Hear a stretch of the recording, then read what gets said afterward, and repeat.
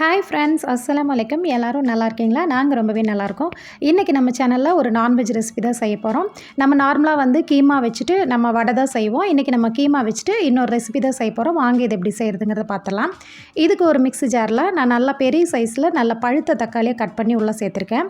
கூடவே ஒரு 5-6 பல்லு பூண்டு, சின்ன துண்டில் ஒரு 4 துண்டு போல் இஞ்சி, ஒரு பெரிய வெங்காயத்தை பாதி மட்டும் கட் பண்ணி உள்ளே சேர்த்திருக்கேன்.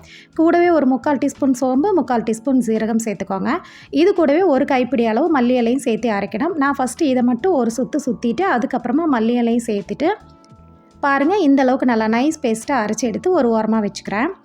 இப்போ ஒரு பேனோ இல்லைனா ஒரு குக்கரோ கூட நீங்கள் ஹீட் பண்ணிக்கலாம். நான் பாதி ஆயில் சேர்த்துருக்கேன், பாதி பட்டர் சேர்த்துருக்கேன்.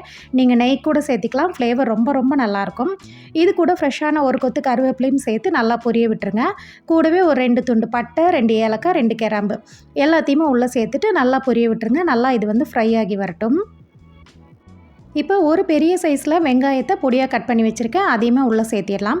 உள்ளே சேர்த்துட்டு நல்லா வதக்கி விட்டுடலாம். ரொம்ப வதங்கணும் அப்படிங்கிற அவசியம் இல்லை, ஓரளவுக்கு வதங்கி வந்தாலே போதும். பாருங்கள், இந்த அளவுக்கு வதங்கி வந்தோடனே நம்ம இது கூட மசாலா பொருட்களெல்லாம் சேர்த்துக்கலாம். ஒரு 1/4 டீஸ்பூன் போல் மஞ்சத்தூள் சேர்த்துருக்கேன். 3/4 டீஸ்பூன் போல் மிளகாய்த்தூள் சேர்த்துருக்கேன். சக்தி மிளகாய்த்தூள் தான். இது கூட 1 டீஸ்பூன் போல் மல்லித்தூள் சேர்த்துருக்கேன். கூடவே கரம் மசாலா 3/4 டீஸ்பூன் சேர்த்துருக்கேன். உங்கள்கிட்ட மட்டன் மசாலா இருந்துச்சுன்னா நீங்கள் அதை கூட ஒரு 1/2 டீஸ்பூன் சேர்த்துக்கலாம். டேஸ்ட் ரொம்பவே நல்லாயிருக்கும். சேர்த்துட்டு மீடியம் ஃப்ளேமில் வச்சுட்டு நல்லா மிக்ஸ் பண்ணி விட்டுருங்க. அந்த பச்சை வாசனை போகட்டும். லைட்டாக மிக்ஸ் பண்ணிவிட்டு கூடவே நம்ம அரைச்சி வச்சுருக்கிற பேஸ்ட்டையுமே உள்ளே சேர்த்திருக்கலாம். ஏன்னா நம்ம அரைச்சது எல்லாமே ராவா பச்சையாக தான் அரைச்சி வச்சுருக்கோம். ஸோ அதையுமே உள்ளே சேர்த்துட்டு ஒரு 2-3 நிமிஷத்துக்கு நல்லா லோ ஃப்ளேமில் நல்லாவே குக் பண்ணி விடுங்க. அப்போ தான் அந்த பச்சை வாசனையெல்லாம் நல்லாவே உங்களுக்கு போய் வரும். மசாலாலாம் நல்லா வதங்கி உங்களுக்கு நல்லா குறுகி லைட்டாக ஆயில் பிரிஞ்சு வரும். அந்த ஸ்டேஜில் நம்ம கறியை உள்ளே சேர்த்துடலாம். பாருங்கள், இந்த ஸ்டேஜில் நான் இப்போ கொத்துக்கறியை உள்ளே சேர்த்துக்கிறேன். இதை நீங்கள் மட்டனில், பீஃபில், நிறைய பேர் சிக்கனில் கூட கீமா ரெசிபி செய்வாங்க. அதை கூட நீங்கள் சேர்த்து செஞ்சுக்கலாம்.